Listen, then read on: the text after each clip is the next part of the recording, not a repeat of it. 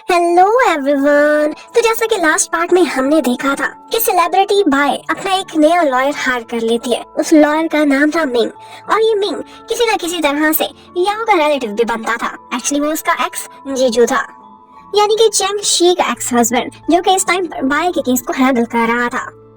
वो एक दफा शी को कॉल भी करता है। एक्चुअली उसकी मम्मी शी को बहुत पसंद करती थी और उनको नहीं पता था कि उनके बीच डिवोर्स हो चुकी है, क्योंकि उसकी मम्मी बीमार रहती थी, उनकी सर्जरी होने वाली थी। वो ये चाहता था कि शी उनकी मम्मी के सामने बिल्कुल नॉर्मली बिहेव करे, जैसे उनके बीच सब कुछ ठीक ठाक है। शी उससे कहती है कि तुम्हें शर्म आनी चाहिए, तुम्हारी क्लाइंट की वजह से और तुम्हारी लापरवाही की वजह से मेरी सिस्टर बहुत बदनाम हुई है, और अब तुम चाहते हो कि मैं तुम्हारी मम्मी को देखने के लिए आऊं। मैं जरूर आऊंगी, लेकिन सिर्फ इस वजह से कि वो एक अच्छी इंसान है, न कि तुम्हारी फेस सेविंग के लिए। जबकि उधर वूजन आज फिर से शी से मिलने के लिए जाता है और वो उसे कहने की कोशिश करता है कि तुम भी याओ के साथ हमारी ही फर्म ज्वाइन कर लो। वो भी एक लॉयर थी, लेकिन वो मना कर देती है। एक्चुअली वो अपनी लाइफ में थोड़ी डिस्टर्ब रहती थी, इसलिए वो बहुत शांति से रहना चाहती थी, लाइमलाइट से बहुत दूर। जबकि उधर याओ सारा दिन आज काम में बिजी रही थी अपने ऑफिस में। जब वो वापस आती है तो देखती है फिर से चियान ने घर गंदा किया हुआ था, लेकिन इल्जाम उसने दोबारा से बेचारे छोटे से पप्पी पर लगा दिया था। लेकिन आज याओ को शक हो जाता है। वो पप्पी से बातें करती है, लेकिन सुनाती चियान को है। वो कहने लगती है कि तुम इतने शरारती कब से हो गए, मुझे लगता है कि कोई तुम्हें फ्रेम करने की कोशिश कर रहा है। उसे शक इस बात से हुआ था कि आज केले के छिलके भी फर्श पर बिखरे हुए थे, जो कि ऑफ कोर्स पप्पी ने तो खाए नहीं थे। अब थोड़ी देर बाद चियान दोबारा से इंटरनेट पर सर्च करता है कि डिप्रेशन में कौन सी चीज है जो इंसान को बेटर फील करा सकती है, और उसमें से एक एक्सरसाइज भी थी जो कि पोल में दूसरे नंबर पर आती थी। अब वो तुरंत ही आता है याओ के पास और उससे कहता है कुकिंग करना छोड़ो, चलो हम एक्सरसाइज के लिए जाते हैं। ऑर्डर कर लेता है बिल्कुल बॉस की तरह, लेकिन बाहर जाते थोड़ी देर बाद याओ बेचारी की बस हो जाती है। वो कहती है कि मैं फिजिकल स्ट्रेंथ में इतनी अच्छी नहीं हूँ। तो यहाँ पर चियान भी उसे बातें सुनाने लगता है। कहता है जुडिशियल एग्जाम में भी तुम मर मर के पास हुई थी, फिजिकल स्ट्रेंथ में भी अच्छी नहीं हो, आईक्यू भी तुम्हारा लो है, तुम किस काम में अच्छी हो। अभी वो इसी तरह की बातें कर ही रहे थे कि वहाँ पर एक फाउंटेन शो स्टार्ट हो जाता है। चियान ने आज पहली दफा याओ को बहुत गौर से देखा था और उसकी आंखें उसे बहुत सुंदर दिखाई देती है। वो पूछने लगती है कि सर आप क्या देख रहे हैं, तो वो उसे ये कहकर टॉन्ट कर देता है कि तुम्हारी आईज बिल्कुल तुम्हारे डॉग से मिलती हैं। अब ये सुनने के बाद ऑफ कोर्स याओ नाराज होकर वहाँ से चली जाती है। जबकि उधर शी आज मिंग की मम्मी से मिलने के लिए गई थी और वहाँ पर वो लोग ऐसे एक्टिंग करने लगते हैं कि जैसे वो अभी भी एक कपल है। एक्चुअली वो मम्मी को सर्जरी से पहले परेशान नहीं करना चाहती थी, लेकिन बाहर जाकर वो मिंग को काफी डांटती है और उसे उसकी औकात याद दिला देती है। मिंग तो अभी भी चाहता था कि वो शी को अपनी जिंदगी में दोबारा ले आ सके, लेकिन लगता नहीं था कि शी उसे दूसरा चांस देगी। उधर वो जो नेक्स्ट डे शी से मिलने के लिए जाता है और शी अपनी एक क्लाइंट से मिलने के लिए आई हुई थी। क्लाइंट के पास वर्कर्स की कमी थी, तो वो उनके साथ मिलकर पोटैटोस पील कराने लगती है और वहाँ पर वो जून भी बैठ जाता है, जिसमें बिल्कुल भी नखरा नहीं था। वो भी उनकी हेल्प करने लगता है, लेकिन हेल्प कम और उनका काम खराब ज्यादा करा रहा था, जिसकी वजह से आंटी को काफी गुस्सा आता है और वो उसे बाहर कर देती है। और साथ में ये भी कह देती है कि तुम्हारी फ्यूचर वाइफ बहुत अनलकी होने वाली है, क्योंकि तुम्हें घर के काम तो लगता है बिल्कुल भी नहीं आते। अब उसे काफी शर्मिंदगी होती है कि काश आंटी शी के सामने ये सारा कुछ ना कहती। उधर मैंग को दिखाते हैं, उसे भी पता चल जाता है कि आजकल वूजून और शी काफी क्लोज आए हुए हैं। वो नहीं चाहता था कि शी वूजून के करीब जाए, वो वूजून को अपना राइवल समझता था। और उसके बाद नेक्स्ट सीन में हमें दिखाते हैं कि चियान आज मिलने के लिए गया हुआ था डोंग को, क्योंकि उसने उससे अपॉइंटमेंट ली थी। एक्चुअली वो अपने मम्मी डैडी के डिवोर्स से रिलेटेड केस उसी को ये साइन करना चाहती थी, लेकिन वो वहाँ पर उससे फ्लर्ट ज्यादा करती है। यहाँ पर चियान उसे साफ साफ सिग्नल दे देता है कि मैं तुम्हें बिल्कुल भी इंटरेस्टेड नहीं हूँ, इसलिए तुम कोई और काम पर तवज्जो दो, मेरे पीछे चलने से बेहतर रहेगा। अब चियान ये फाइल ले तो लेता है और वो इस केस पर अपने असिस्टेंट किसी और को नहीं बल्कि याओ को ही रखता है। याओ भी ये देखकर हैरान रह जाती है। वो उसे कहता है कि इस मिस्टर से जाकर मीटिंग कर लो और इस केस के बारे में एक फाइल तैयार करो। अब याओ जाती है और डॉन के डैड से मिलती है। जाकर वो उनसे डिवोर्स की रीजन पूछती है, तो वो कहते हैं कि एक्चुअली मुझे कैंसर है और मैं नहीं चाहता कि मेरी वाइफ विधवा रह जाए। उनको देखकर लग रहा था कि जैसे वो एंजल टाइप इंसान बनने की कोशिश कर रहे हैं, लेकिन याओ ने पहले भी एक दफा धोखा खाया था, तो अब की बार वो धोखा नहीं खाती, बल्कि उसे शक होता है, तो वो उनका पीछा करने लगती है। उसने उनके डॉक्यूमेंट्स में उनका एक सीक्रेट विला भी देखा था। वो उनको देखती है वहाँ पर, तो पता चलता है कि उन्होंने एक मिस्ट्रेस रखी हुई है जो कि इस टाइम पर प्रेग्नेंट भी है। अब वो रंगे हाथों पकड़े गए थे, तो झूठ बोलने से कोई फायदा नहीं था। वो सच सच बता देते हैं, कहते हैं कि डिवोर्स इसलिए लेना चाहता हूँ क्योंकि मेरा एक और बेबी इस दुनिया में आने वाला है और वो एक बेटा होगा। वो सिर्फ एक बेटे से खुश नहीं थे, उन्हें और भी बच्चे चाहिए थे। अब यही बात वो सीधा जाती है और जाकर अपने बॉस को बता देती है। लेकिन मजे की बात है कि चियान ये सुनकर बिल्कुल भी शॉक्ड नहीं हुआ था, ना ही सरप्राइज था। वो हैरान रह जाती है और कहती है कि सर आपने ये एक्सपेक्ट किया था। वो कहते हैं कि मैं इस बंदे को बहुत अच्छे से जानता हूँ, ये मेरा पहले भी क्लाइंट रहा था। एक्चुअली चियान ने दुनिया देखी थी, इस तरह की बातें उसे शॉक्ड नहीं करती थी। अब शाम को चियान जब अपने अपार्टमेंट वापस जा रहा था तो वहाँ पर उसे एक नोटिफिकेशन देने वाला मिलता है जो बताता है कि आजकल इस एरिया में कुछ खतरा बढ़ गया है, चोरी चकारी हो रही है, इसलिए हर कोई अपने घर की खुद ही हिफाजत करे। चियान आता है, देखता है याओ का कमरा खुला पड़ा था, ना वो थी ना उसका डॉग। वो काफी देर चिल माहौल में बैठा रहता है, लेकिन थोड़ी देर बाद उसे उसकी फिक्र होने लगती है कि अभी तक लौटी नहीं। वो उसे कॉल करता है लेकिन नंबर भी नहीं लग रहा था। अब वो परेशान हो जाता है और जाकर सिक्योरिटी गार्ड से मिलता है। उसका फेस देखकर लग रहा था कि उसे याओ की बहुत फिक्र हो रही है। वो इनोसेंट सी लड़की थी, फिर किसी चक्कर में ना फंस गई हो। तो वो गार्ड्स के साथ उसे वहीं पर सराउंडिंग में तलाश कर रहा था कि इतने में याओ अपने पेट के साथ वहाँ वॉक करती हुई दिखाई देती है और उसका पपी छूट जाता है और आते ही सीधा वो हमला कर देता है चियान पर। उसे गिरा लेता है और उसके ऊपर ही चढ़ जाता है। उसने उसके फेस पर लिक भी कर दिया था। अब चियान की शक्ल देखने वाली थी, लगता था कि मिंग नहीं लगाएगा और याओ को फायर कर देगा। अब वो गुस्से से भरा हुआ घर में बैठा हुआ था और याओ उसका फेस क्लींस कर रही होती है। यहाँ पर चियान को गुस्सा तो बहुत आ रहा था, लेकिन जब याओ उससे माफी मांगती है कि मेरा पेट बेचारा बहुत मासूम है, वो तो सिर्फ आपसे प्यार कर रहा था, तो हैरत की बात है कि चियान भी उसे फिर से माफ कर देता है और उसे पप्पी समेत घर से बाहर नहीं निकालता। अब थोड़े दिनों बाद जब वो ऑफिस में थे तो उनको एक बैड न्यूज मिलती है और वो ये थी कि डॉन के डैड की डेथ हो गई है।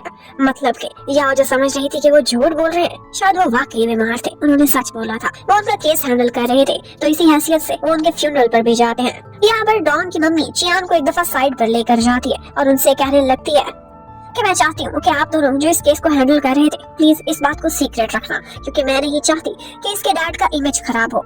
जो भी था मुझे पता है, लेकिन अगर हमारी होने वाली डिवोर्स की बात आउट हुई तो इससे हमारे बिजनेस पर इफेक्ट होगा और इनकी रेपुटेशन पर भी। इन्होंने जो करना था इस दुनिया से जा चुके, इसलिए प्लीज आप इस बात को आप सीक्रेट ही रखना।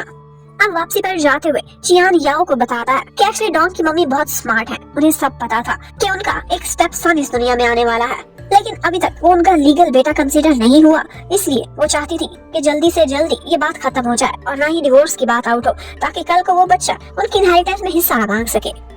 याओ हैरान रह जाती है कि चियान कितना स्मार्ट है और इस दुनिया में पता नहीं क्या क्या चल रहा है। अब नेक्स्ट डे डॉग ने याओ को मिलने के लिए बुलाया था और वो उससे पूछने लगती है कि क्या तुम्हें पता है मेरे मम्मी डैडी के बीच क्या चल रहा था और मेरी मम्मी इस सब को सीक्रेट क्यों रखवाना चाहती है कि उनकी डिवोर्स हो रही थी।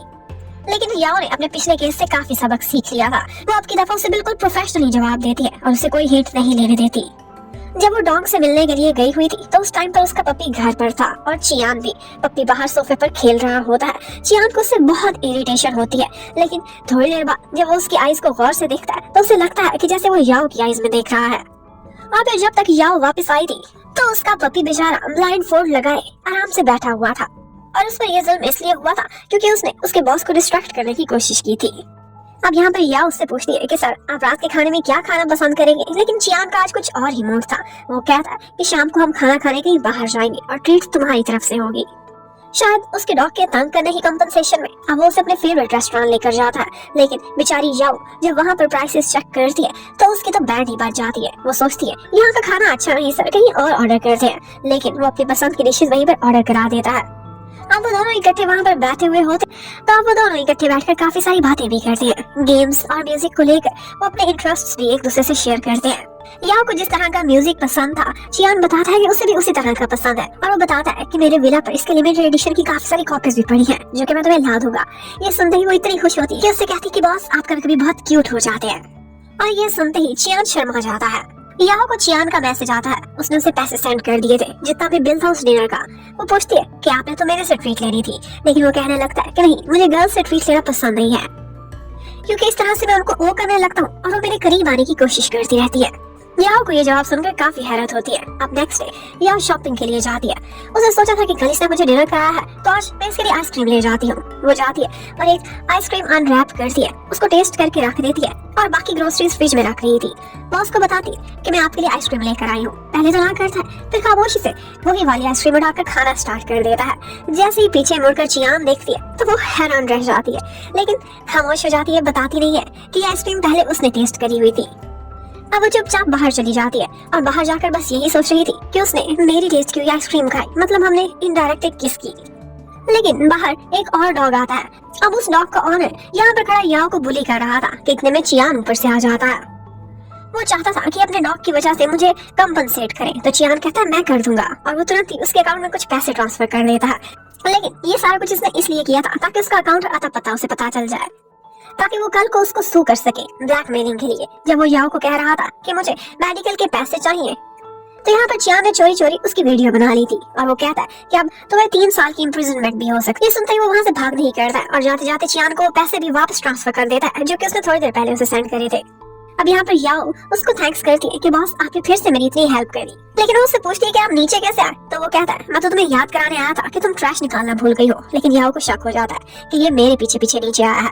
और यही बात जब वो अपनी फ्रेंड टिंग से शेयर करती है तो वो भी उसको यही कहने लगती है कि लगता है तुम्हारा बॉस तुम में इंटरेस्टेड है। और ये सोच सोच के आज याओ बहुत खुश हो रही थी। लगता है कि वो सपनों की दुनिया में पहुंच चुकी थी। अब वो थोड़ी देर बाद चियान के पास जाती है और उससे कहती है कि सर मैंने आपके लिए एक सरप्राइज रेडी किया है, प्लीज बालकनी में आ जाए। वहाँ पर उसने उन दोनों के लिए फीट बाथ का इंतजाम किया हुआ था। बकेट में वार्म वाटर था और कुछ एंटीऑक्सीडेंट्स भी, साथ ही साथ फ्रूट्स और स्नैक्स भी पड़े हुए थे। यहाँ पर बालकनी में बैठकर वो दोनों अपने फीट को वार्म करते हुए रिलैक्स हो रहे थे। यहाँ पर चियान अपने पुराने दिनों को याद करता है, कहता है कि मेरे विला पर भी छत थी जिस पर मैं अक्सर बैठा करता था। अब वो जिस तरह से अपनी आंखें बंद करके रिलैक्स कर रहा था, याओ को उसे देखकर काफी खुशी होती है और लगता था कि वो तो प्यार के पहले स्टेप में कूद चुकी है। अब नेक्स्ट डे वो लोग देखते हैं तो उनकी फर्म में कोई लड़की आई हुई थी जो कि चियान से मिलना चाहती थी। यहाँ पर उसका एक कोलीग जिसका नाम बाओ था, वो कहने लगता है कि मुझे नहीं लगता है कोई केस लेकर आई है, शायद ये बॉस को जानती है, कहीं बॉस इसको कुछ और तो नहीं करते। वो लोग वॉर करते तो वो लड़की प्रेग्नेंट भी थी। बाओ का माइंड तो पता नहीं कहाँ कहाँ जा रहा था। उसे लगा था कि हमारे बॉस पर केस करने के लिए आई है, लेकिन वो आगे जाकर कहने लगता है कि मैं मिस्टर चियान का लॉयर हूँ, आप मुझसे बात करें।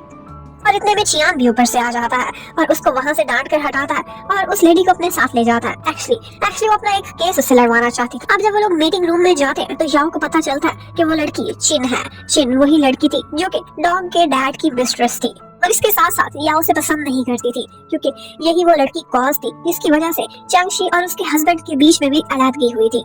आज वो यही कहती है कि मिस्टर डॉग शान वो इस दुनिया से चले गए हैं, उनकी बॉडी को डिस्पोज कर दिया गया इससे पहले कि मुझे पता चले उनकी डेथ हुई है।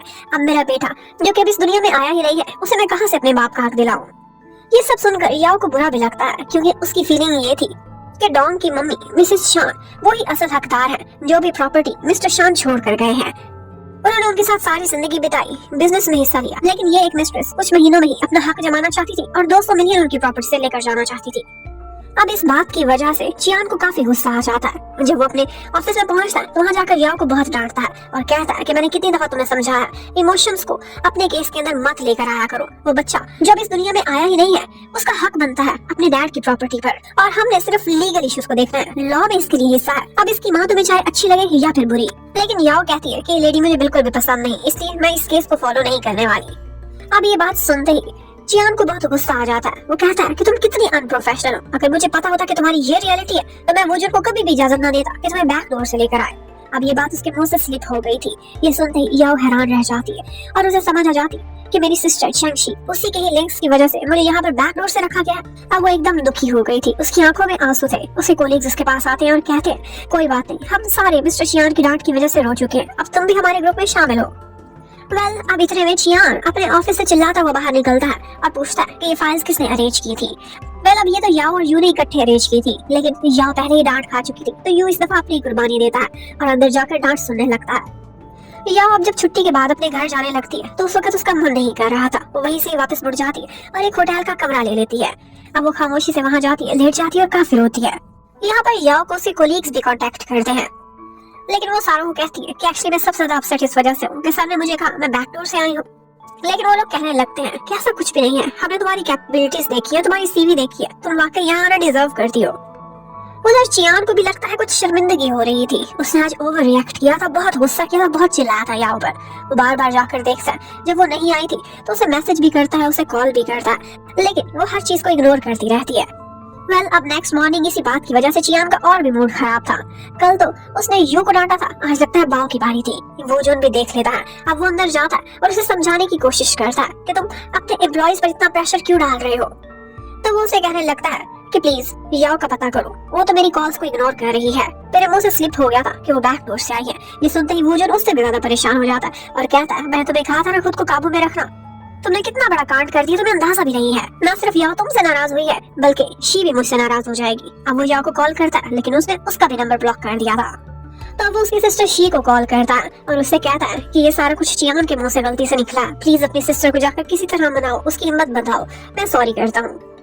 और उसके बाद वो ये कहता हुआ वहाँ से निकल जाता है कि चियान, मैं तुमसे बहुत निराश हुआ आज। जबकि उधर शी ने याओ से एड्रेस ले लिया था। वो उसके लिए सूप भी लेकर जाती है, उसे खाना खिलाती है और साथ ही साथ समझाती भी है।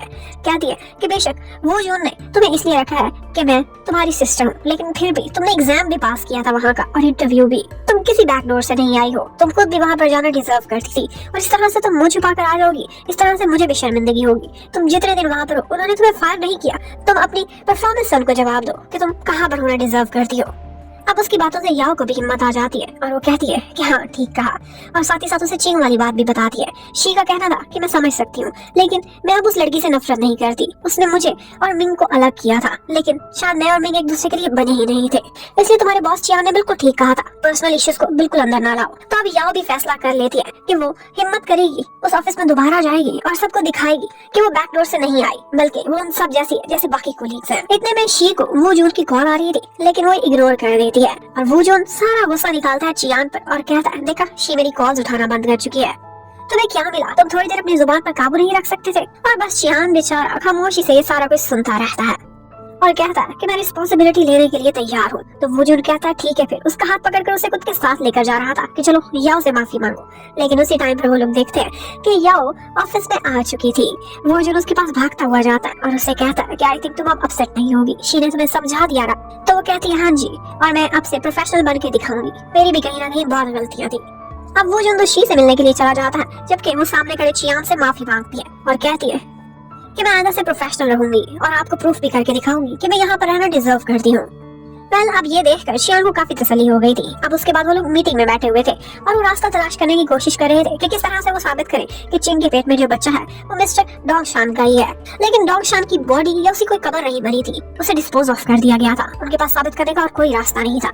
यहाँ पर याओ कहने लगती कि है ना, डोंगमिन जो कि सिस्टर है उस होने वाले बच्चे की, शायद उसके डीएनए से इसका डीएनए मैच हो जाए तो हम ये साबित कर सके। तो अब चियान कहता है कि मुझे नहीं लगता कि डोंगमी उसका डीएनए से मैच हो सकता है, क्योंकि हमें एक वाई क्रोमोसोम्स चाहिए ताकि हम डायरेक्टली साबित कर सके कि डोंगशान का ही बेटा है। यहाँ पर वो कहता है कि एक्चुअली डोंगशान के डैड अभी तक जिंदा है, वो बहुत बूढ़े हैं और बीमार हैं, लेकिन फिर भी अगर वो मान जाए तो हम उनका डीएनए टेस्ट करा सकते हैं, क्योंकि डोंगशान का कोई दूसरा भाई नहीं था। अगर डीएनए मैच कर गया तो ये साबित हो जाएगा कि वो बच्चा डोंगशान का ही है। अब यहाँ पर याओ कहती है कि इसके साथ साथ हम लोग चिंग के फ्लैट का भी सीसीटीवी रिकॉर्ड निकाल सकते हैं कि वहाँ पर मिस्टर शान कितना आया जाया करते थे, और साथ ही साथ हॉस्पिटल में जब वो रूटीन चेकअप के लिए जाती थी तब भी वो हमेशा साथ होते थे। ये प्रूफ्स ये दिखा सकते हैं कि उन दोनों का आपस में क्या रिलेशन था। और उसका ये आइडिया चियान को वाकई बहुत पसंद आता है। वो अप्रिशिएट करता है और पहली दफा इतनी खुलकर उसकी तारीफ करता है। वो तो हैरान थी, साथ ही साथ बाव भी बहुत हैरान था और कहता है पता है मैंने आज तक नहीं देखा कि बॉस ने किसी की इतनी खुल के तारीफ की हो। मतलब याओ जाती है और अपनी सीट पर बैठकर अपना काम करने लगती है। यहाँ पर चियान चोरी चोरी से बार बार देखे जा रहा था। जब छुट्टी का टाइम होता है तो वो उसके पास आता है और पूछता है कि क्या तुम आज घर आओगी ना? लेकिन याओ अभी तक बहुत हर्ट थी। उसे लगता था कि मैं सिर्फ और सिर्फ इसके इंसोम्निया का एक ट्रीटमेंट हूँ, इसके अलावा और कुछ नहीं। वो कहती है मैंने केस पर काम करना है, इसलिए मैं खाना नहीं बना पाऊंगी और ना ही घर आऊंगी। अब घर पहुंचकर चियान वो फाइल चेक करने लगता है जो डॉक्यूमेंट आज प्रिपेयर की थी याओ ने। वो देखता है उसका काम दिन ब दिन बहुत मैच्योर होता जा रहा था, उसे काफी पसंद आता है और वो उसे थोड़ी देर बाद एक मैसेज करता है। कहता है मैंने कुछ डॉक्यूमेंट्स घर पर रखे हैं, उन्हें तुम्हारे लिए करेक्शन करके रखा हुआ है, आकर वो ले लो। याओ भी वो लेने के लिए पहुंच जाती है, लेकिन साथ ही साथ उसे फिक्र थी कि उसकी लास्ट बस न छूट जाए होटल तक पहुंचने के लिए। यहाँ पर वो डॉक्यूमेंट्स भी चेक कर लेती है जिसमें उसने कुछ करेक्शंस करके उसके लिए रखी थी, और जिसके साथ साथ वो वहाँ पर एक नोट भी पढ़ा देखती है जिस पर लिखा हुआ था कि मैं अपने विला वापस जा रहा हूँ, इसलिए प्लीज अपनी सारी सेविंग्स उस होटल के खर्चे पर न खर्च कर देना, तुम यहाँ रह सकती हो। और उस टाइम चियान अपनी गाड़ी में बाहर ही खड़ा हुआ था। वो जब देखता है कि याओ के कमरे की लाइट ऑफ हो गई है तो उस वक्त वहाँ से चला जाता है। अब इसके बाद हमें शी को दिखाते हैं। शी से मिलने के लिए मिस्टर मिंग आया हुआ था। वो ड्रंक था और जबरदस्ती इसके घर में घुस गया था और यहाँ पर आकर वो उसे परसू करने की कोशिश करता है। कहता है कि मैं बहुत पछता रहा हूँ, प्लीज मेरी लाइफ में वापस आ जाओ, मैं तुम्हें डिजर्व करता हूँ और तुम मुझे। जब वो नहीं मानती तो उसे कहता है कि तुम वो जो उनके आगे पीछे बहुत फिर रही हो आजकल। उसके पास लड़कियों की कोई कमी नहीं, इसलिए जरूरी नहीं है कि वो तुम जैसी सेकंड हैंड को अपने पास लेगा। वो सिर्फ एज अ फन और एडवेंचर तुम्हारे साथ फिर रहा है, वो शादी तुमसे कभी नहीं करने वाला। वो ड्रंक था और बहुत सी उल्टी सीधी बातें करने लगता है। यहाँ पर शी उसके मुंह पर पानी फेंक कर उसे होश मिलाने की कोशिश करती है और उसे घर से निकाल देती, लेकिन वो इतना ढीठ था कि निकलते निकलते फिर से मुड़ता है और उसे आई लव यू कहने की कोशिश कर रहा था। उसके बाद शी अपने पुराने दिनों को याद करने लगती है। एक्चुअली वो जो उनको हमेशा से लाइक करती थी, लेकिन पता नहीं क्यों वो दोनों एक नहीं हो सके थे। और अब जो बातें यहाँ पर मिंग करके गया था उसके बाद वो काफी डिसहार्ट हो जाती है। उसे लगता है वो वाकई अब वो जो उनके काबिल नहीं रही। दूसरी तरफ आज बाओ और याओ दोनों हॉस्पिटल गए हुए थे। एक्चुअली वो दादाजी को मनाना चाहते थे कि डीएनए टेस्ट कराने के लिए राजी हो जाए। यहाँ पर बैकअप के तौर पर चियान भी आया हुआ था, लेकिन उसने याओ को नहीं बताया था कि वो वहाँ पर है, ताकि वो अनईजी फील ना करे। अब जैसे ही वो लोग अंदर दादाजी के पास जाते, उन्हें लगा था कि कन्विंस करना बहुत मुश्किल होगा, लेकिन दादाजी तो जैसे मानने के लिए तैयार बैठे थे। उन्हें जैसे ही डॉक्यूमेंटल प्रूफ दिखाया जाता कि वो होने वाला बच्चा एक बॉय है, तो वो तुरंत ही खुश हो जाते हैं। उन्हें अपनी प्रॉपर्टी को संभालने के लिए एक बेटे की जरूरत थी, वो साइन कर देते हैं। लेकिन ये बात याओ को बहुत बुरी लगती है, क्योंकि उसे लगा था कि ये अपनी डोंगमी से बहुत प्यार करते हैं। लेकिन लगता है कि वो भी काफी सेल्फिश थे अपने बेटे की तरह, और उनको भी अपना बिजनेस चलाने के लिए एक लड़के की जरूरत थी। अब जब याओ बाहर आती है, एक दफा बहुत जरा साइड पर जाता है कॉल सुनने, तो एक नर्स उसके पास आकर उसकी इंसल्ट करने लगती है। उसे कहती है कि तुम वकील लोगों के पास जमीर होता है कि नहीं। डॉगमी और उसकी मम्मी हमेशा से इन दादाजी की केयर करती आई हैं, और अब उनकी जायदाद हथियाने के लिए आप लोग एक मिस्ट्रेस का साथ दे रहे हैं, आप उनका हक छीन रहे हैं। वो इसी तरह से याओ को बुरा भला बोलती हुई वहाँ से चली जाती है। ये सारा कुछ चियान भी देख रहा था, जबकि चिंग को तो बहुत ही जल्दी थी अपने बच्चे का डीएनए टेस्ट कराने की। यहाँ पर याओ से कहती है कि इस तरह से ये सेफ नहीं है, तुम्हारे बच्चे के लिए भी डेंजरस हो सकता है। लेकिन वो कुछ भी मानने को तैयार नहीं थी। कहती है कि देर हो गई तो वो लोग कुछ ऐसी चालाकी करेंगे कि मेरे बच्चे की प्रॉपर्टी उससे छीन लेंगे। इससे पहले कि डॉग फैमिली संभलती, वो अपना लीगल प्रोसीजर शुरू कराना चाहती थी। अब उसके बाद हमें दिखाते हैं कि ऑफिस में पहुंचकर चियान अपने पास बाओ को बुलाता है और कहता है कि मैंने कहा था ना तुम दोनों इकट्ठे रहना। मेरे लॉयर्स जब भी कहीं बाहर किसी मिशन पर जाया करें तो साथ साथ रहा करें। तुम कहीं अलग तो नहीं हुए थे याओ से? वो थोड़ी देर के लिए हुआ था, लेकिन उसे लगने लगता है कि बॉस ये सारा कुछ मेरी केयर में कर रहे हैं, मेरी बहुत परवाह करते हैं, क्योंकि उनकी नजर में मैं बेस्ट लॉयर हूँ यहाँ का। लेकिन इनफैक्ट चियान को बहुत परवाह हो रही थी, क्योंकि उसे लगता था कि याओ बहुत इनोसेंट है और ऐसी बातें बर्दाश्त नहीं कर पाएगी जैसे नर्स ने उससे की थी। उधर वो जून आज शी के घर पर जाता है, क्योंकि उसकी कॉल्स नहीं उठा रही थी। वो उससे कहता है कि मेरे दिल में तुम्हारे लिए आज भी वही जगह है जो कि यूनिवर्सिटी के दिनों में हुआ करती थी। वो उससे कहता है कि मैं तुम्हारी सुरक्षा भी कर सकता हूँ, तुम्हारे साथ सारी जिंदगी चलने को तैयार हूँ। लेकिन शी को लगता था कि जैसे वो इस काबिल नहीं है, वो डिवोर्स्ड है, जबकि ये अभी तक बैचलर।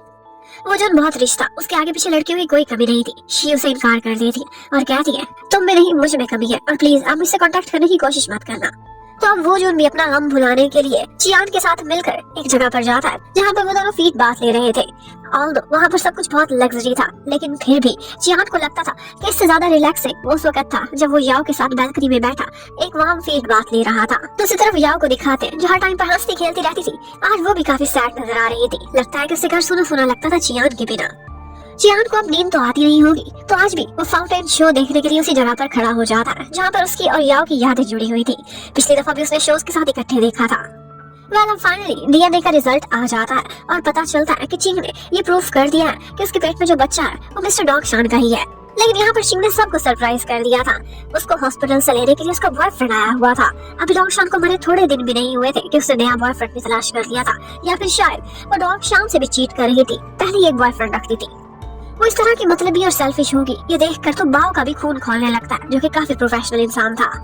वेल अब वहाँ से वापस जाते हुए चियान आता है उन दोनों को पिक करने के लिए।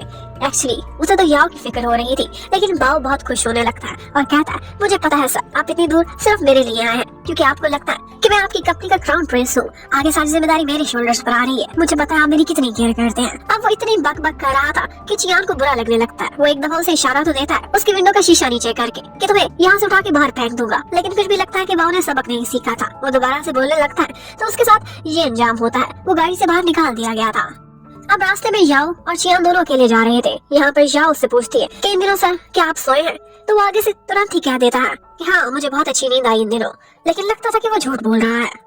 अब उसके बाद हमें कोर्ट का सीन दिखाते हैं जहाँ पर वही केस प्रोसीड किया जा रहा था।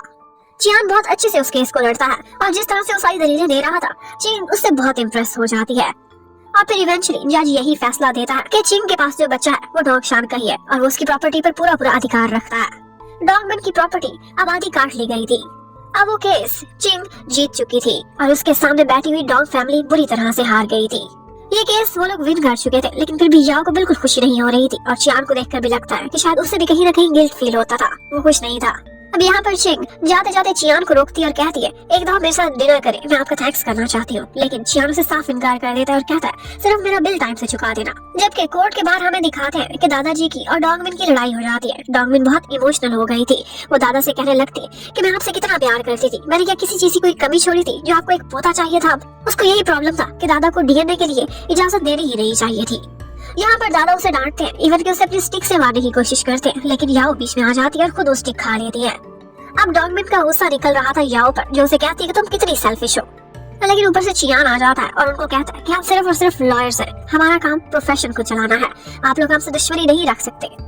अब डॉग मिनोज की मम्मी तो वहाँ से चले जाते हैं, लेकिन पीछे चियान देखता है तो याओ के हाथ पर जख्म आ चुका था। याओ के मेडिसिन को बहुत अच्छे से डिसइंफेक्ट करता है और बहुत केयर से उसे बैंडेज लगाता है, लेकिन साथ ही साथ जब वो देखता है कि कुछ शर्मा रही है तो तुरंत ही उसे कह देता है कि तुम उस वक्त जॉब पर थी और इस वक्त तुम्हें जो इंजरी हुई है उसका जिम्मेदार ऑफ कोर्स तुम्हारा बॉस है, इसीलिए मैं तुम्हें हीलिंग कराने में हेल्प करूंगा। अब जब वो लोग अपने लॉ फर्म में वापस पहुंचते हैं तो वहाँ पर वो उसे अपने कमरे में बुलाता है और फिर बिठाकर उसे समझाने की कोशिश करता है। कहता है कि आज मैं तुम्हें एक्सप्लेन करता हूँ कि मैंने चिंग का केस क्यों लिया था, ऑल्दो मुझे भी पता था कि वो एक अच्छी इंसान नहीं है। वो उसे कहता है कि हम लोग लॉयर्स हैं, कोई जज नहीं, और ये जान लो कि फंडामेंटल राइट्स हर इंसान के सेम होते हैं, चाहे वो एक अच्छा इंसान हो या फिर बुरा, हम किसी से उसके राइट्स नहीं छीन सकते। और उस बच्चे की माँ बुरी है, इसकी वजह से उसके राइट्स से ना मिले, ये कहाँ का इंसाफ होगा। अब उसे समझाने के लिए कुछ एग्जाम्पल्स भी देता है। कहता है कि एक केस ऐसा भी था जिसमें एक हस्बैंड था जो अपनी वाइफ को रोजाना टॉर्चर करता था, डोमेस्टिक वायलेंस करता था। उसकी वाइफ डिप्रेशन में आ गई थी और एक दिन उसने अपने हस्बैंड को ही मार दिया था। तो क्या अब उसे मर्डर की सजा नहीं मिलेगी इस बात से कि वो मजलूम थी? नहीं, सजा मिलेगी। जो भी जुर्म किया था, चाहे वो अच्छा इंसान हो या फिर बुरा, उसे उसके राइट्स मिलने चाहिए। अब याओ को भी काफी हद तक समझ आ गई थी कि उसका बॉस कितना प्रोफेशनल है। अब यहाँ पर वो अपने और उसके बीच टेंस माहौल को लाइट करने के लिए कहता है कि ये चॉकलेट टेस्ट करो, नई आई है। उसके कवर को देखकर लग रहा था कि बहुत ब्रांडेड है, इम्पोर्टेड है। वो जैसे ही टेस्ट करती है तो वो तो कोरिएंडर फ्लेवर की थी। उसकी शक्ल देखते ही बॉस कहने लगता है अभी तक हिम्मत नहीं हुई थी कोरिएंडर चॉकलेट टेस्ट करने की, इसलिए तुम्हें दी। तुम्हारी शक्ल देखकर पता चल गया कि मुझे भी नहीं खानी चाहिए, इसे साथ लेती जाओ। अब याओ की नजर में कहीं न कहीं चियान एक आइडियल इंसान बनता जा रहा था जिसे वो प्रोफेशनलिज्म में सबसे ऊपर रखती थी। अब रात को चियान अपने बड़े से विला में बैठा हुआ था, लेकिन नींद नहीं आ रही थी। वो वूजुन को कॉल करता है और फिर से कहने लगता है कि मेरा एक ओल्ड फ्रेंड है, उसके साथ दोबारा से कुछ इश्यूज हो गए हैं। उसके अपने हाउसमेट से लड़ाई की कहानी वो सुनाता उससे पहले ही वूजुन कहता है कि अपने फ्रेंड को ये कह दो कि उसने मेरी नींद खराब की है तो मैं उसे श्राप देता हूँ कि उसे भी नींद नहीं आएगी अब। और ये श्राप तो बेचारे को पहले से ही लगा हुआ था, उसे नींद आ ही नहीं रही थी। उधर हमें याओ को दिखाते हैं, वीकेंड था, वो बड़े मजे से लेट नाइट अपना टीवी देख रही थी। इतने में वो टाइम देखती है तो 2 बजे कोई उसके घर पर आया हुआ था। अंधेरा था और उसने सनग्लासेस भी लगाए हुए थे, उसे लगा था कि कोई चोर है। लेकिन थोड़ी देर बाद जब चियान अपनी आवाज निकालता है तो उसे पता चलता है कि बॉस आया है। वो पूछने लगती है सर इतनी लेट? वो कहता है यहाँ पर मेरा एक पेन रह गया था, वही तलाश करने आया हूँ। आधी रात को पेन क्यों तलाश करने आए हैं? वो कहता है तुम्हें नहीं पता, वो पेन मुझे मेरे डैड ने गिफ्ट किया था मेरे फर्स्ट केस पर, मेरे लिए बहुत प्रेशियस है। याओ को लगने लगता है कि शायद इसके डैड की डेथ हुई है, लेकिन वो कहता है नहीं, वो जिंदा सलामत है, ऐसी बात आए तो सोचना भी ना। अब वो इतनी देर अंदर बैठा पेन तलाश करता रहता है, लेकिन अपने ग्लासेस नहीं उतारता। एक्चुअली पेन तो सिर्फ एक बहाना था, शायद वो याओ की लोरी सुनना चाहता था। लेकिन जैसे ही बाहर आता है कहता है बहुत लेट हो गई है, आई थिंक इतनी रात को इतनी दूर ड्राइव करके जाना मेरे लिए सेफ नहीं होगा। तो याओ कहती है हाँ बिल्कुल सर, मैंने भी यही सोचा था और इसीलिए आपके लिए ऑनलाइन एक ड्राइवर मंगवा लिया जो नीचे आपका वेट कर रहा है। अब ये सुनने के बाद बेचारा अपना समूह लेकर वहाँ से चला जाता है।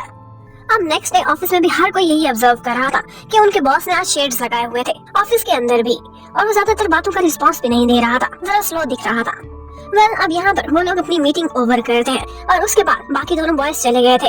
याओ सबसे एंड पर जा रही थी। चियान को लगा था कि ये लोग निकल गए हैं, वो अपने सनग्लासेस उतारता है, लेकिन याओ उसी टाइम पर कुछ पूछने के लिए मुड़ी थी और उसे राज पता चल जाता है। सनग्लासेस के पीछे वो अपने डार्क सर्कल्स छुपाने की कोशिश कर रहा था, बेचारा बिल्कुल पांडा बना हुआ था। अब उसे उस पर बहुत दया आती है कि कल रात भी आया था, शायद नींद की तलाश में ही आया होगा।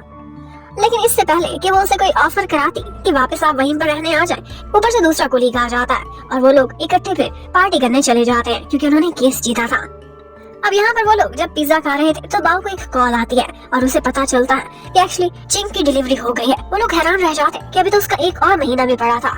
लेकिन शायद याओ का अंदाजा ठीक था, उसे जब डीएनए टेस्ट कराया था तब बेबी के साथ कुछ इश्यूज हो गए थे जिसकी वजह से उसकी प्रीमेच्योर डिलीवरी हो गई और इस वक्त बेबी की कंडीशन भी सीरियस थी। अब ये सुनने के बाद सब लोगों का मूड ऑफ हो जाता है, वो बेचारा बच्चा बीमार पैदा हुआ था। अब यहाँ पर याओ को दादाजी की कॉल आती है जो उसे हॉस्पिटल में बुलाते और कहते हैं कि मैं पछता रहा हूँ, मुझे डीएनए टेस्ट कराना ही नहीं चाहिए था, मैं चाहता हूँ कि एक फिर से केस कराऊं और जो कुछ भी चिंग को मिला था उस बेटे की वजह से वो वापस ले लूं, क्योंकि मुझे नहीं अंदाजा था कि वो बच्चा एक फिजिकल डिसेबिलिटी के साथ पैदा होगा।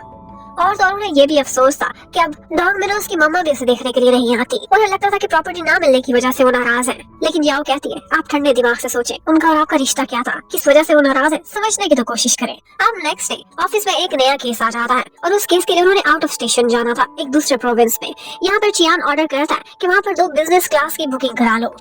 बाओ सोचने लगता है कि मुझे अपने साथ लेके जाएंगे क्योंकि मैं इनका फेवरेट असिस्टेंट हूँ, लेकिन चियान को देखकर नहीं लगता था कि अब की बार उसका कुछ ऐसा मूड है।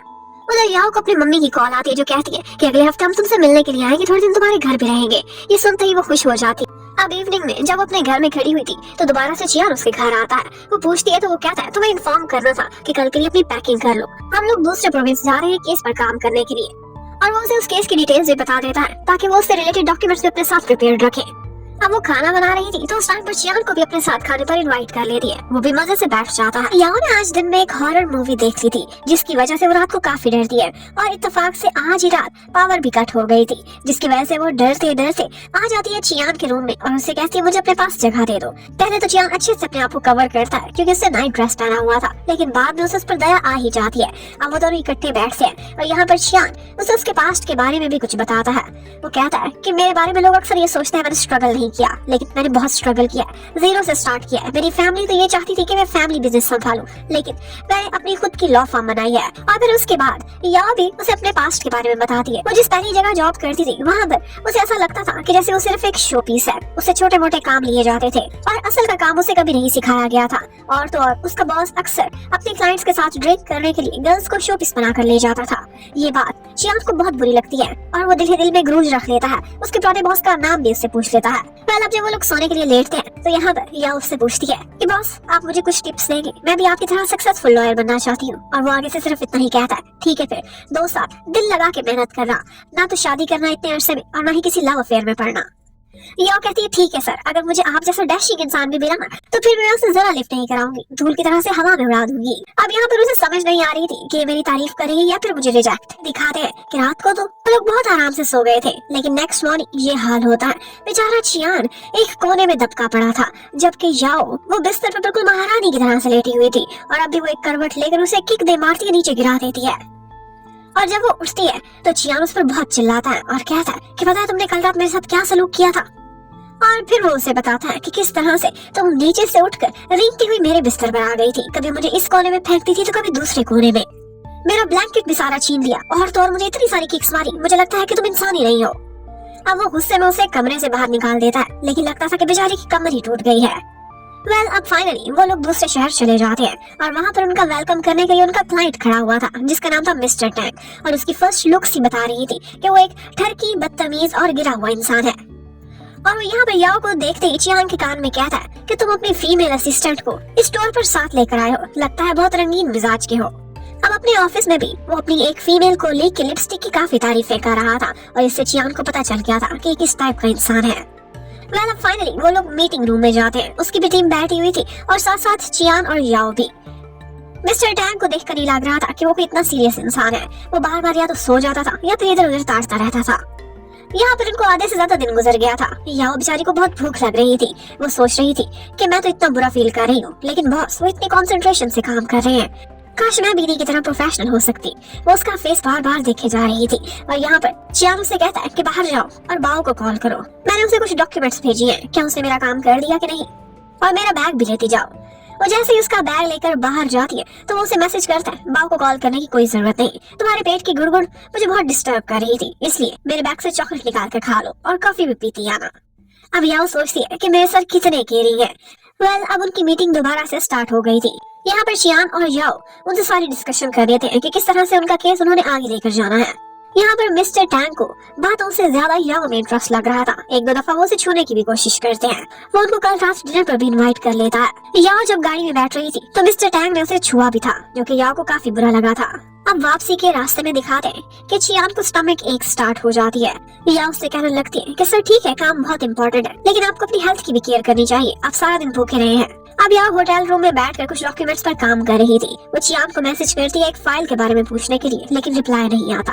अब वो डर जाती है, सोचती है कि कहीं मेरा बॉस फेक तो नहीं हो गया सारा दिन भूखा रहकर, और उसके लिए तुरंत ही होटल के शेफ से जाकर एक पॉरेज बनवा कर लेकर आती है। चियान उसी वक्त नहा कर निकला था, वो बाथरूम में था। अब यहाँ पर याओ जबरदस्ती उसके कमरे में घुस आती है और यहाँ पर चियान को बहुत शर्म आ रही थी। उसे हर दफा याओ की नजरों से काफी डर लगता था, जो कि हमेशा इधर उधर फिसलती रहती थी। यहाँ पर बातों ही बातों में चियान उससे कहने लगता है कि कल रात को तुमने मेरे साथ जो किया था उसकी कोई कंपनसेशन भी तो होनी चाहिए। और इसके साथ ही वो अपना बाथरूम ठीक कर रहा था कि याओ वहाँ पर हाथ रखकर कहती है कि प्लीज ऐसा नहीं। और इसके साथ ही उसने उसकी चेस्ट को टच कर लिया था।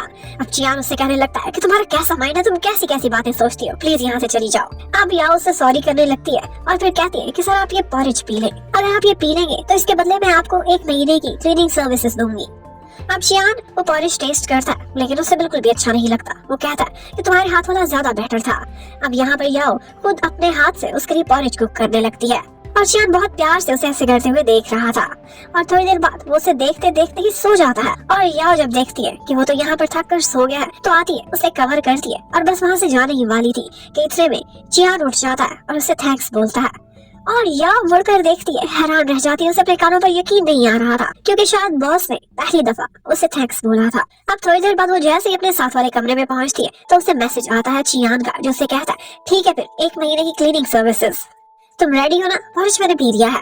वो कहने लगती है कि वो तो मैंने ऐसे ही जोश जज्बात में कह दिया था, इन बातों को सीरियस ना लिया करें। लेकिन बॉस कहता है हमारे बीच में एक वर्बल कॉन्ट्रैक्ट था और कॉन्ट्रैक्ट की खिलाफ वर्जी बिल्कुल भी अलाउड नहीं। अब वो लोग नेक्स्ट डे डिनर के लिए पहुंच जाते हैं और यहाँ पर मिस्टर टैंक चाहता था कि यह उन दोनों के दरमियान में बैठे, लेकिन चियान जाकर मिस्टर टैंक के साथ बैठ जाता है। अब मिस्टर टैंक चाहते थे कि वो लोग इनके साथ वाइन भी पिए, लेकिन चियान इनकार कर देता है, कहता है मैं काम पर वाइन नहीं पीता।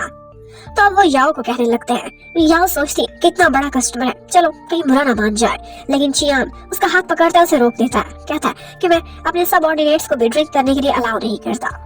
तो अब पहली दफा याओ को फील होता है कि जूनियर मेरी पहली कंपनी से बहुत डिफरेंट है। अब यहाँ से बाहर जाकर चियान उससे कहने लगता है कि तुम क्यों ड्रिंक करने के लिए रेडी हो गई थी, क्या ये सब तुम्हें सूट करता है? तुम अपने प्रोफेशनलिज्म के बल पर कुछ करके दिखाओ, ताकि लड़की होने की वजह से तुम्हें कोई कुछ करने पर मजबूर कर सकता है। लेकिन याओ का कहना था मैंने सोचा कस्टमर माइंड कर जाएगा, लेकिन चियान का कहना था कि ऐसे कस्टमर्स पर मैं लानत भेजता हूँ, आइंदा ऐसा मत सोचना। और साथ ही साथ उसे वार्न भी करता है कि अगर ये टाइम तुम्हें कभी अकेले में मिलने की कोशिश करे तो कभी भी न जाना। अब उसके बाद नेक्स्ट सीन में दिखाते हैं कि याओ को मिस्टर टैंक के असिस्टेंट की तरफ से एक मैसेज आता है, जो कि उसे कह रहा था कि कुछ डॉक्यूमेंट्स है, तुम आकर चेक कर लो कि ठीक से अरेंज हुई है कि नहीं। वो बोलती है कि मैं चियान को साथ लेकर आती हूँ, लेकिन उसने कहा था कि चियान को साथ लेकर आने की जरूरत नहीं, वो पहले ही काम में बहुत बिजी है, ये छोटा सा मामला है, तुम खुद देख सकती हो। वो सोचने लगती है कि मैं असिस्टेंट को तो देख सकती हूँ, कौन सा मिस्टर टैंग है वहाँ पर, उसने पूछा भी था, लेकिन असिस्टेंट कहता है कि वो वहाँ पर नहीं है। अब वो होटल के कॉन्फ्रेंस रूम में जैसे ही पहुँचती है तो पता चलता है कि मिस्टर टैंग भी वहाँ पर है। वो तो तुरंत ही वहाँ से भागने की कोशिश करती है, लेकिन मिस्टर टैंग उसे बातों में लगा लेता है और ऐसे जाहिर करने लगता है कि जैसे वो उससे काम के बारे में ही सिर्फ डिस्कशन करना चाहता है और उनका असिस्टेंट भी उनके साथ ही रहेगा। लेकिन फिर अचानक से वो असिस्टेंट को एक काम से बाहर भेज देता है। टैंग उससे कहता है एक स्विच तलाश करके उसे ऑन करने को, लेकिन जैसे ही याओ वहाँ झुकी हुई थी वो तुरंत ही उसके पास पहुँच जाता है और कहता है कि मेरे अंदर एक नॉटी लिटिल बॉय छुपा हुआ है जो कि बहुत बीमार है और उसकी बीमारी का इलाज सिर्फ और सिर्फ तुम्हारे पास है। लेकिन यहाँ पर याओ ने अपना फोन ऑन कर लिया था जिस पर उसने रिकॉर्डिंग चालू की थी। वो टैंक को खुद से दूर करने की कोशिश करती रहती है, लेकिन वो जितना उससे दूर करती थी वो उतना ही उससे क्लोज आने की कोशिश करता रहता था। यहाँ पर वो उसे 1-2 दफा मारती भी है, जिसके बाद वो कहता है कि तुमने मुझे ऑन कर दिया है, और वो बोलता है दरवाजा लॉक है और सिक्योरिटी कैमरा भी बंद, ऐसे में तुम्हें मुझसे कौन बचाएगा। लेकिन यहाँ पर याओ ने अपना कैमरा बाहर निकाल लिया था। वो उसकी रिकॉर्डिंग उसके हाथ से छीनने के लिए आगे बढ़ता है, लेकिन उसे डॉज करती हुई वहाँ से भाग जाती है। अब वो जैसे ही अपने कमरे में पहुंची थी तो पीछे से चियान भी आ जाता है। वो उससे कुछ डिस्कशन करना चाहता था, लेकिन देखता तो उसका रंग उड़ा हुआ था और उसकी आंखों में आंसू नजर आ रहे थे। वो उससे बहुत पूछता है कि क्या हुआ, लेकिन वो नहीं बताती। वो अपने फोन पर वही वीडियो देख रही थी जो उसने रिकॉर्ड की थी। तो यहाँ पर चियान को टैंक की आवाज सुनाई दे जाती है। वो तुरंत ही फोन उठाता है और वो सारी वीडियो देख लेता है। इससे पहले कि वो कुछ भी बोलता, याओ कहती है कि सर ये हमारा अब तक का सबसे बड़ा कस्टमर है, मुझे पता है कि अगर मैंने रिपोर्ट किया तो ये हमारे साथ कॉन्ट्रैक्ट को कैंसिल कर देगा और मैं कंपनी को नुकसान नहीं पहुंचाना चाहती और इसलिए मैं खामोश रहने के लिए तैयार हूँ। अब इस बात पर चियान उसे खुद को फॉलो करने को कहता है और फिर वो मिस्टर टैंक के रूम में पहुंच जाता है। वो आगे बढ़ता है और उसके फेस पर एक पंच दे मारता है और फिर उसे वही बोलता है, देखो कमरा भी बंद है और सिक्योरिटी कैमरा भी ऑफ, और अब मैं तुम्हारे अंदर के शरारती लिटिल बॉय की बीमारी का इलाज करने के लिए आया हूँ। मैं लॉयर होने के साथ साथ एक बहुत अच्छा डॉक्टर भी हूँ। और फिर उसे मारता है, उसी हाथ को डैमेज करता है जिससे उसने याओ को छुआ था। उसकी आंखों पर पंचेस दे मारता है और उसका मुंह भी खून से भर देता है, जिससे उसने याओ के लिए बुरे बुरे शब्द निकाले थे। और फिर उसके बाद वो याओ से कहता है कि अभी एक पेपर लेकर आओ। उस पेपर पर वो उससे सिग्नेचर भी करा लेता है और उसका थंब प्रिंट भी, और बोलता है कि इस पेपर पर मैं छापूंगा हमारे कॉन्ट्रैक्ट की कैंसिलेशन का एग्रीमेंट। और इसके बाद वो हाथ पकड़ता है याओ का और उसे अपने साथ बाहर ले जाता है। यहाँ पर वो जिस तरह से हीरो की तरह से बाहर जा रहा था, याओ को वो बहुत हैंडसम लगता है। वो तो उसके सपनों का राजकुमार लग रहा था। अब वो अंदर जाता है। अब वो उससे कहता है कि तुमने कैसे सोच लिया कि मैं इतनी बड़ी बात पर कॉम्प्रोमाइज करूंगा। अगर कोई भी तुम पर हाथ उठाने की आइंदा कोशिश करे तो आगे से उसे थप्पड़ दे मारना, और अगर खुद को डिफेंड ना कर सको तो मुझे बुलाना, मैं करूंगा तुम्हें डिफेंड। और साथ ही साथ उसे रियलाइज कराता है कि तुमने कितने बड़े खतरे को मोल लिया सिर्फ एक केयरलेसनेस की वजह से। अगर उस टाइम पर तुम भाग ना सकती, वो तुमसे फोन छीन लेता, एक वीडियो डिलीट कर देता और उसके बाद तुम्हारी कोई वीडियो बना लेता, तो तुम क्या कर सकती थी? वेल, अब चियान बहुत सा चिल्लाता है पहले तो याओ पर, और उसके बाद उसे कहता है कि तुम सबसे वैल्यूएबल हो, इसलिए कुछ भी और सोचने से पहले अपने बारे में सोचा करो। वहाँ से वापस जाते हुए याओ उससे पूछने लगती है, सर पहले मुझे लगता था कि मैं सिर्फ और सिर्फ आपके लिए एक टूल हूँ, आपको नींद लाने का, लेकिन अब क्या आपको लगता है कि मैं कुछ इंपॉर्टेंट या वैल्यूएबल हूँ आपकी कंपनी के लिए? वो बोलता है, ऑफ कोर्स तुम मेरे लिए बहुत इंपॉर्टेंट हो, और साथ ही साथ अपने शब्द बदल देता है, कहता है तुम मेरे लिए बहुत इंपॉर्टेंट एम्प्लॉई हो। और फिर इसके बाद याओ उसके कमरे से चली जाती है। अब वो कमरे को अपने दरवाजे को छूकर खड़ा हुआ था और याओ भी उसी दरवाजे के बाहर खड़ी कुछ सोच रही थी। वो दोनों काफी देर तक इसी तरह खड़े रहते हैं। अब याओ को बार बार वही सीन याद आ रहे थे कि जिस तरह से चियान ने उसकी सुरक्षा की और उसे बोला कि वो कितनी इंपॉर्टेंट है। उधर चियान भी वूजून को फोन करके पूछता है कि मेरा एक फ्रेंड पूछ रहा है कि अगर कोई लड़की उसे समझती हो कि मैं उसके लिए सिर्फ एक टूल हूँ तो उसे कैसे रियलाइज कराया जाए कि वो वाकई इंपॉर्टेंस रखती है। तो वूजून उससे कहता है सिर्फ और सिर्फ अपनी सिंसियरिटी से। वो जो बेचारा दूसरों को तो मशवरे देता रहता था, लेकिन उसकी अपनी लाइफ स्ट्रगल में ही जा रही थी। यहाँ पर वो शी से मिलने के लिए आया था, लेकिन शी उससे मिलने से इनकार कर देती है और न ही उसके लाए हुए फ्रूट्स लेती है। जबकि उधर दिखाते कि चियान और याओ दोनों फारिग हो चुके थे। ऑफ कोर्स उनका एग्रीमेंट तो कैंसिल हो गया था और वो कॉन्ट्रैक्ट भी खत्म हो गया था, लेकिन उनकी फ्लाइट एक दिन बाद की थी। तो पहले तो वो होटल में बहुत मजे का नाश्ता करते हैं और यहाँ पर याओ उससे पूछती है कि सर मैं सोच रही हूँ कुछ ना कुछ स्किल्स सीख लूँ, आप कितनी अच्छी फाइट करते हैं, मैं भी सेल्फ डिफेंस सीखना चाहती हूँ। लेकिन चियानो से मशवरा देता है जैसी तुम्हारी फिजिक है और फिजिकल स्ट्रेंथ तो बिल्कुल जीरो है, इसलिए मेरा ख्याल है तुम थोड़े ज्यादा पैसे कमाओ और अपने लिए एक बॉडीगार्ड हायर कर लो। और अपने बारे में बताता है कि एक्चुअली मुझे स्कूल में लोग बुली किया करते थे और वहीं से ही मुझे इतना गुस्सा आया कि मैंने बहुत सारी कराटे की टेक्निक सीखी थी। अब वो कहता है कि कहीं सैर करने चलते हैं आज। वो तो एआई के किसी इवेंट में जाने को कह रहा था, लेकिन याओ कहने लगती है कि सर मैं कहीं और की बात कहूँ तो आप मान जाएंगे। कहता है हाँ, तो बोलती है क्यों ना आज हम अम्यूजमेंट पार्क चले, लेकिन उसे इतना चाइल्डिश लग रहा था। वो मुंह करने की कोशिश करता है, लेकिन याओ ने उस टाइम पर उसकी रिकॉर्डिंग करके रखी हुई थी। वो सोचने लगता है कि पहली दफा है कि ये लड़की मुझे हराने में कामयाब हो गई है। तो फाइनली वो लोग अम्यूजमेंट पार्क में पहुंचे हुए थे। यहाँ पर एयर गन से वो निशाने लेकर एक टॉय जीतना चाहती थी, लेकिन उसका निशाना इतना बुरा था कि उसे कुछ भी जीतने का कोई चांस नहीं लगा था। यहाँ पर वो देखती है तो एक हस्बैंड अपनी वाइफ को उसका फेवरेट टॉय जिताता है। वो कहने लगती है काश मेरे पास भी कोई हस्बैंड होता। और यहाँ पर चियान आगे बढ़ता है, के साथ खड़ा होकर उसे निशाना लगाना सिखाता है और बहुत ही रोमांटिक सीन क्रिएट हो जाता है। वो आर्चरी जानता था और बहुत अच्छे निशाने लेता है और फाइनली उसने वो टॉय जीत लिया था जो याओ जीतना चाहती थी, लेकिन वो उसके हाथ से छीन लेता और कहता है मैंने विन किया तो ये मेरा हुआ। अब वो लोग रोलर कोस्टर पर जाने वाले थे। यहाँ पर याओ से बताती है कि मैंने सुना है कि इस रोलर कोस्टर के हाईएस्ट पॉइंट पर हम जो विश मांगे वो जरूर पूरी होती है। वो पूछता है तुम क्या विश मांगने वाली हो? तो वो बोलती है कि मैं चाहती हूँ मैं सक्सेसफुल और रिच हो जाऊँ। अब फाइनली वो दोनों रोलर कोस्टर में जाकर बैठ जाते हैं, लेकिन जहाँ उसमें बैठते ये विश मांग बैठती है अपने दिल से कि काश मुझे चियान का साथ मिल जाए। अब पता नहीं वो प्रोफेशनली बोल रही है या फिर अपनी लाइफ की बात कर रही है। और फिर उसके बाद वो दोनों एक्वेरियम शो देखने चले जाते हैं। यहाँ पर चियान उससे कहता है कि मुझे स्टारी राइड देखना और नेचर के करीब जगहों पर जाना काफी पसंद है, और याओ को भी ये पसंद था। तो वो तुरंत ही उससे कहता है कि क्यों ना हम लोग एक टीम बिल्डिंग एक्सरसाइज पर जाएं। और ये आइडिया याओ को काफी पसंद आया था, लेकिन यहाँ बातों ही बातों में उनकी कोई ना कोई अनबन हो जाती है, जिसकी वजह से वो उसे पनिश करता है और ऑर्डर देता है कि 5000 वर्ड्स की एक रिपोर्ट सबमिट कराओ। अब ये सुनने के बाद याओ को काफी बुरा लगता है। वो एक दफा नाराज होकर जाने लगती है कि चियान उसे रोकता है और उससे कहने लगता है कि तुम्हें पता है तुम मेरे लिए कितनी इंपॉर्टेंट हो। और ये सुनते ही याओ हैरान रह जाती। उसे समझ नहीं आ रही थी कि मुझे एज अ गर्ल बोल रहा है या फिर एज एन एम्प्लॉय। वो ब्लश करने लगती है और तुरंत ही वॉशरूम में चली जाती है। वहाँ पर जाकर खुद को समझाती है कि ऐसा वैसा कुछ ना सोचो और काम पर फोकस करो। चियान ने उसे तो रोक दिया था प्यार में पड़ने से, लेकिन लगता था कि खुद उसके लिए फॉल कर चुका है। वहाँ से वापस आने पर याओ देखती है तो चियान उसी टॉय से खेल रहा था। थोड़ी देर पहले इन चीजों को वो चाइल्डिश बोल रहा था, लेकिन अब खुद एक चाइल्ड बना हुआ था। और तो और उसे उस टॉय की बहुत फिक्र भी हो रही थी। कहता है कि मैं इस पर अच्छे से एक कवरिंग कराऊंगा ताकि ये गंदा ना हो जाए। अब जब वो होटल में वापस पहुँचते हैं तो याओ उसे बहुत मस्का लगाने की कोशिश करती है और कहती है सर आपके लिए आपका फेवरेट डिनर बनाऊंगी जाकर, लेकिन प्लीज वो 5000 वर्ड्स वाली पनिशमेंट वो खत्म कर दे। लेकिन चियान नहीं मानता और उसे ऑर्डर कर देता है कि अभी के अभी बैठ के लिखो। अब याओ वही लिख रही थी कि वो लिखते लिखते उसे नींद आ जाती है। अब यहाँ पर चियान उसके पास आता है, उसे ब्लैंकेट से कवर करता है और फिर सोफे पर जाकर बैठ जाता है। थोड़ी देर उसे प्यार से देखता रहता है और उसके बाद उसकी भी आंख लग गई थी। अब याओ उठती है और उसके पास आकर उसे देखने लगती है। वो सोचती है कि मेरा बॉस कितना हैंडसम है और उसी टाइम पर वो आंखें खोल लेता है। अब फाइनली वो लोग अपने शहर में वापस आ गए थे और यहाँ पर वो जो एयरपोर्ट के बाहर उनका वेट कर रहा था और वो आते ही चियान से लड़ाई शुरू कर देता है और कहता है पता है हमारे हाथ से कितना बड़ा कॉन्ट्रैक्ट निकला है। और साथ ही साथ याओ से भी पूछने लगता है कि आखिर ऐसा क्या हो गया था जिसकी वजह से इसने ये केस लेने से इनकार कर दिया है। याओ कुछ भी बोलती उससे पहले ही चियान कहने लगता है कि वो क्या जाने, वो तो सिर्फ एक असिस्टेंट है, मैंने फैसला किया है क्योंकि मुझे टैंक बिल्कुल अच्छा नहीं लगा, वो एक घटिया इंसान था। वो जो उनके थ्रू भी याओ को पता चलता है कि उसने उनकी लॉयर्स एसोसिएशन में कंप्लेंट भी कर दी है जिसकी वजह से उनकी कंपनी को काफी टफ टाइम हुआ है। अब वो जो तो चला जाता है लेकिन याओ यहाँ पर बार बार चियान से सॉरी करती कि मैंने आपको मुसीबत में डाल दिया, एक और ट्रबल क्रिएट कर दिया। लेकिन चियान कहता है कि जाओ मेरे लिए अच्छा सा डिनर बनाओ, अभी से वेजिटेबल्स खरीदो वरना फ्रेश नहीं मिलेंगी। इतने में उसकी फ्रेंड टिंग का उसे मैसेज आता है जो कि उसे कहती है आज डिनर पर इनवाइट करने के लिए। यहाँ पर वो बॉस से इनकार कर देती है कि सॉरी मुझे फ्रेंड के साथ जाना होगा, इसलिए डिनर फिर किसी दिन सही।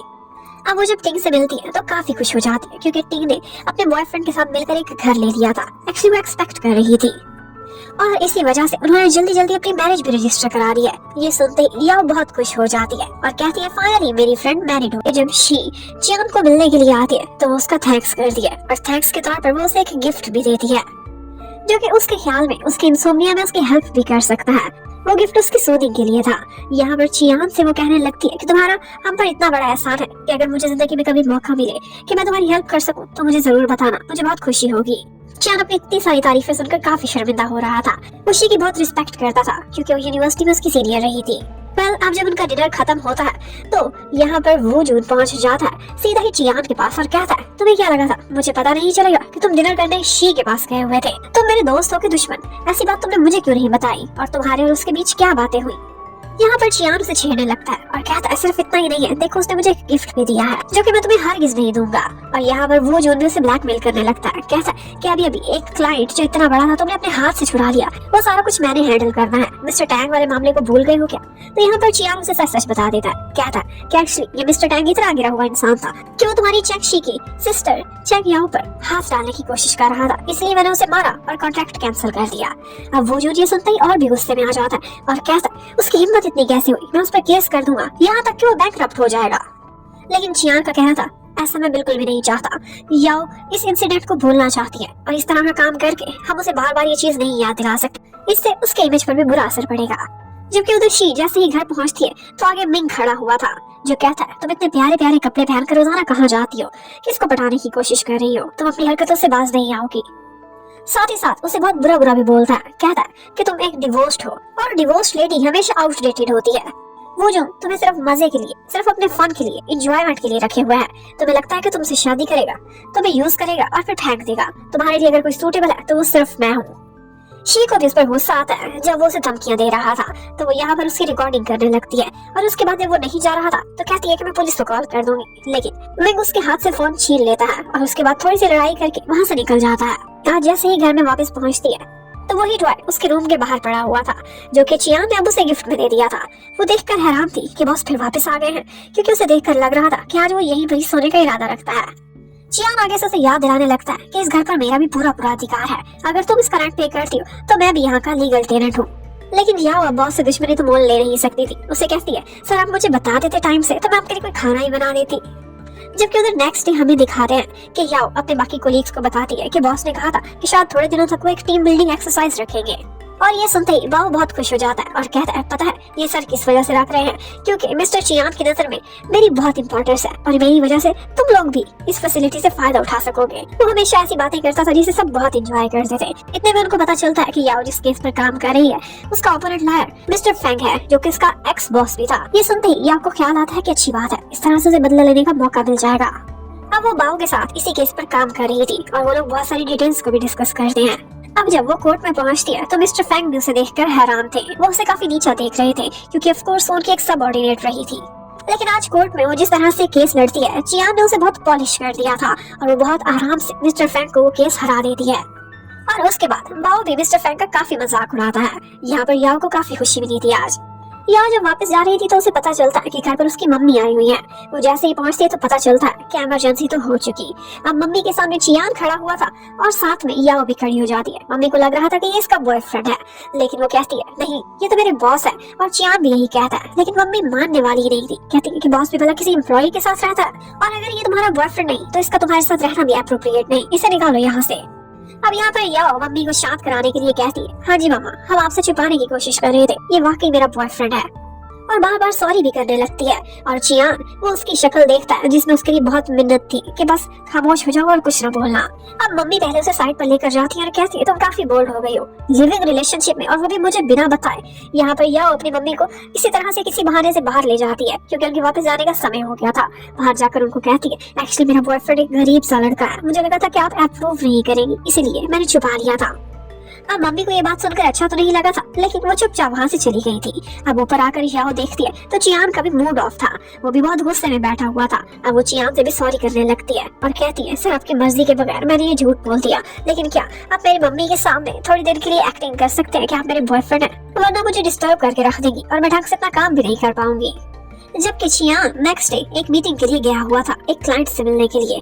अब उसके बाद वो मैसेज करके याओ को भी एक जगह पर मिलने के लिए बुला लेता है। याओ तो काफी खुश हो गई थी, लेकिन इतने में उसे टिंग टिंग की कॉल आती है, जो कि उसे कहती है, जो कि बहुत रो रही थी और इमरजेंसी में उसे अपने पास बुला रही थी। वो बहुत परेशान हो जाती है और तुरंत ही उसे मिलने के लिए जाती है। उसे पता चलता है कि टिंग टिंग की अपने हस्बैंड से लड़ाई हो गई है। उसे शक था कि वो मुझे चीट कर रहा है। या उसके लिए बहुत परेशान होती है और कहती है कि थोड़े दिनों बाद तुम्हारी डिलीवरी है, तुम्हें इस तरह की टेंशन और परेशानियों से दूर रहना चाहिए, इसलिए प्लीज काम डाउन हो जाओ।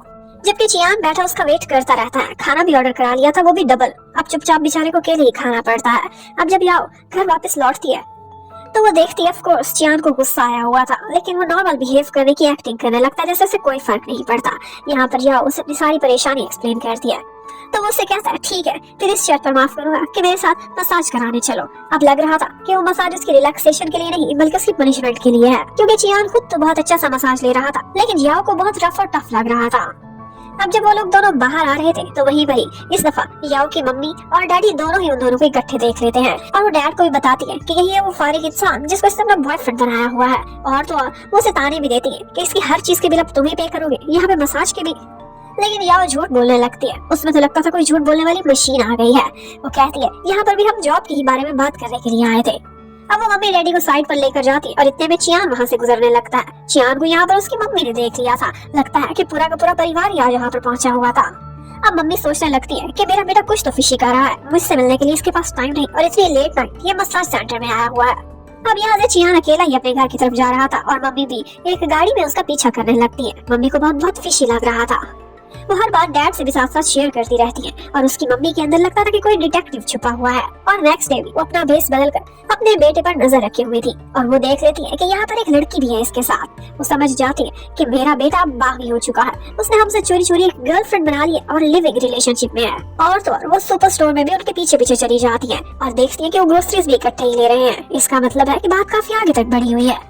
डैड भी इन सारी रिपोर्ट्स को बहुत अच्छे से एंजॉय करते हुए सुन रहे थे। अब घर पर एक दफा याओ खाना बना रही थी। चियान अपना काम कर रहा था। वो इतने में किचन में उसके पीछे जाता है कुछ लेने के लिए कि उसके कपड़ों पर दाग लग जाता है किसी सॉस का। अब उसकी शर्ट गंदी हो गई थी। याओ उससे कहती है, सर आप शर्ट उतारे मैं धो दूंगी। और जैसे ही वो शर्ट उतारता तो उसी टाइम पर मम्मी वहाँ पर एंट्री कर देती है। वो उन दोनों को इस तरह से देखकर पता नहीं क्या क्या सोचने लगी थी। तो अब मम्मी अंदर आ जाती है और वो देखती है कि चियान की शर्ट उतार रही है याओ, और वो कुछ और ही मीनिंग ले लेती है। वो दोनों बहुत कहते हैं कि हम एक्सप्लेन करने के लिए तैयार हैं, लेकिन मम्मी कहती है एक्सप्लेन तो तब कोई कर सकता है जब कुछ फिशी हो। मुझे कोई ऑब्जेक्शन नहीं है, ठीक है इस लड़की को तुमने चूज किया। वैसे तो तुम बहुत खड़ूस इंसान हो, लेकिन तुम्हारी आईज बहुत तेज है, तुमने एक जेम को चूज किया है।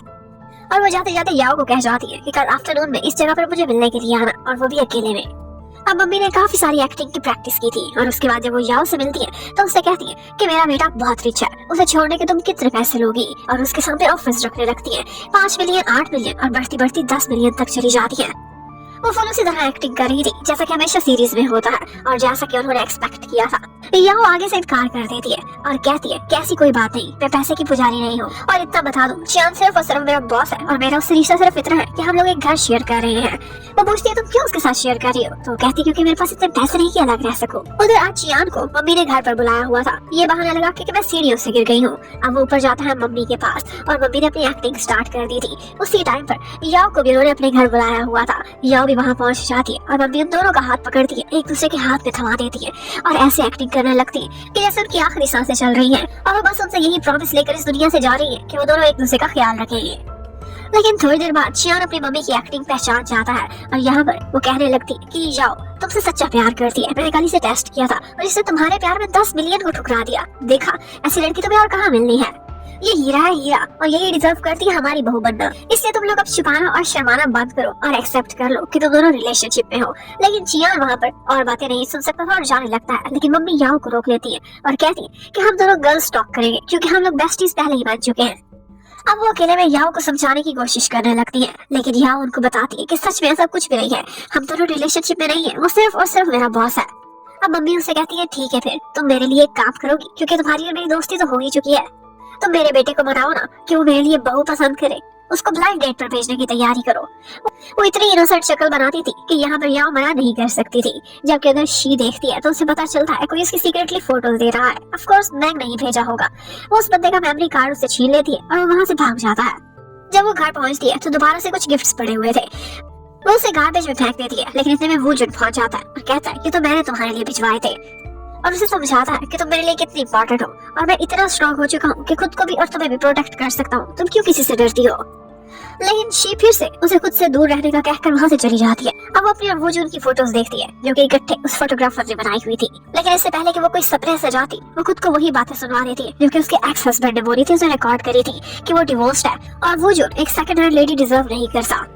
जबकि उधर मम्मी को दिखाते हैं, मम्मी बहुत जिंदा दिल थी और लगता था कि घर पे उन्हीं की हुक्मरानी है। यहाँ पर उन्होंने डैड की हेल्प से एक फाइल प्रिपेयर की थी जिसमें उन्होंने अपनी होने वाली बहू चूज करने के लिए बहुत सारी गर्ल्स का बायोडाटा रखा हुआ था।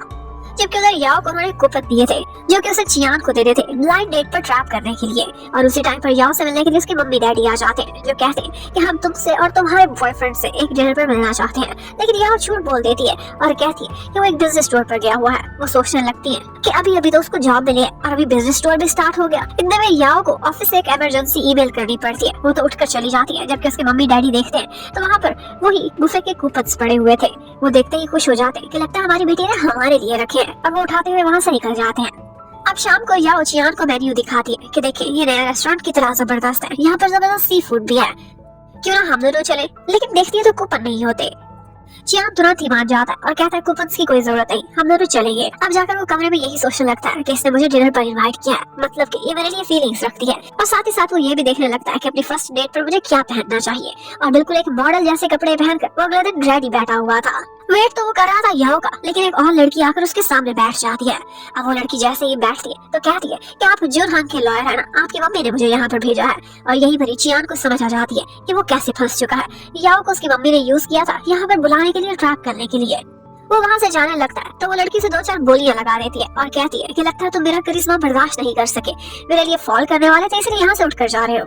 अब ये बात गलत साबित करने के लिए चियान वापस आकर वहीं पर ही बैठ जाता है। लेकिन वो बैठा ही था कि वहीं पर ही उसके होने वाले ससुर और सासू माँ पहुंच जाते हैं, जो कि देखते हैं कि किसी और के साथ ब्लाइंड डेट पर बैठा तो उससे बहुत बातें लगाते हैं और कहते हैं कि हमारी बेटी, उसने तुम्हें पनाह दी, तुम्हें छत दी रहने के लिए, ये कपड़े भी तुमने उसी के पैसों से खरीदे होंगे और तुम उसे धोखा दे रहे हो, उसके साथ चीट कर रहे हो। और उसके मुंह पर 2-2 पानी के गिलास फेंक कर चले जाते हैं। जबकि वो लड़की उसे लगने लगता है कि मैंने तो सुना था कि ये बहुत रिच है, इसका मतलब है ये तो सड़क छाप है, अपनी गर्लफ्रेंड के पैसों पर पल रहा था। अब वो भी नाराज होकर वहाँ से चली जाती और जाते जाते उस पर रेड वाइन फेंकती जाती है। अब बेचारे ने इतने प्यार से कपड़े पहने थे, उनका ये हाल हुआ था। जबकि याओ जो घर पर बैठी हुई थी उसको मम्मी डैडी की कॉल आती है जो कि उसे कहते हैं कि तुरंत ही अपने बॉयफ्रेंड से ब्रेकअप करो, वो इस काबिल ही नहीं कि तुम्हारा प्यार डिजर्व करे। अब चियान बेचारा भीगी बिल्ली बनकर घर पहुंचता है, लेकिन कोट उसने उतार लिया था। यहाँ पर याओ उसे सॉरी करने लग, वो कहती है कि मुझे अंदाजा नहीं था कि वहाँ पर आपकी ब्लाइंड डेट को रुइन करने के लिए मेरे पेरेंट्स पहुंचे हुए होंगे। और फिर उसे पूछने लगती है कि आपकी ब्लाइंड डेट कैसे रही, और बॉस आगे से कहता है जैसी मैंने सोची थी उससे भी बहुत आगे की जबरदस्त। अब याओ ये सुनकर खुश हो जाती है, लेकिन उसके बाद चियान की मम्मी उसे मिलने के लिए बुलाती है और रो रो कर बताती है कि मेरे बेटे का फ्यूचर तबाह हो चुका है। वो लड़की भी उसे छोड़कर चली गई। उन्हें तो लगा था कि उस लड़की को मेरा बेटा पसंद ही नहीं आया। अब यहाँ पर मम्मी को शक होने लगता है, उन्हें लगता है कि मेरे बेटे में ही कोई कमी है, वरना वो 30 इयर्स का हो चुका है और अभी तक उसकी लाइफ में रोमांस नाम का कोई शब्द भी नहीं आया। अब वो यहाँ पर याओ से रिक्वेस्ट करने लगती है, कहती है कि जितनी सैलरी तुम्हें चियान देता है उसके 3 गुना मैं पे करूंगी, लेकिन प्लीज तुम मेरे लिए काम करो।